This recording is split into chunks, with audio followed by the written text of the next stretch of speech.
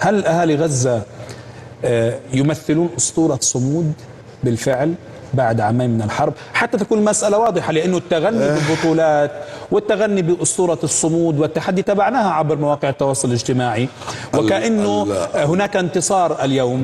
هذا الاتفاق هو اتفاق انتصار للشعب الفلسطيني وانتصار للقضية الفلسطينية وما إلى ذلك، حتى نوضح هذه المسألة للمشاهد. يعني أنا سأكون صريح إلى أبعد حد كما تعودت عليه خلال العامين الأخيرين، بالعكس طوال حياتي ليس فقط خلال العامين. الصمود يكون عندما يكون أمامك خيارات. نعم. أنت تصمد عندما يكون أمامك خيارات أخرى أنت صامد.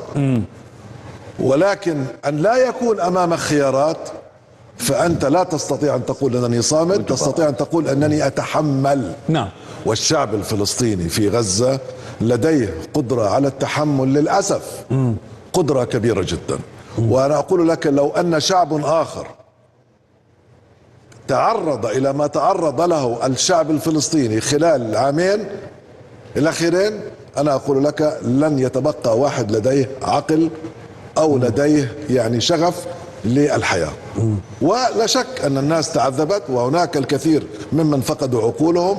غزة تحتاج إلى كل الأطباء النفسيين في العالم يجتمعوا لكي يطببوا نفسياتهم. غزة تحتاج إلى كل العالم لكي تضمد جراحهم. هذا لا تستطيع أن تقول أن هذا صمود بكل تأكيد، ولكن هذا صبر.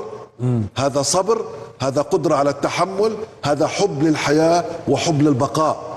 نعم، أهل غزة يحبون الحياة، وهذه الكذبة الكبيرة، هذه الكذبة الكبيرة اللي سوقوها أننا نحب الموت كما هم يحبون الحياة، هذه كذبة لبسوها لأهل غزة.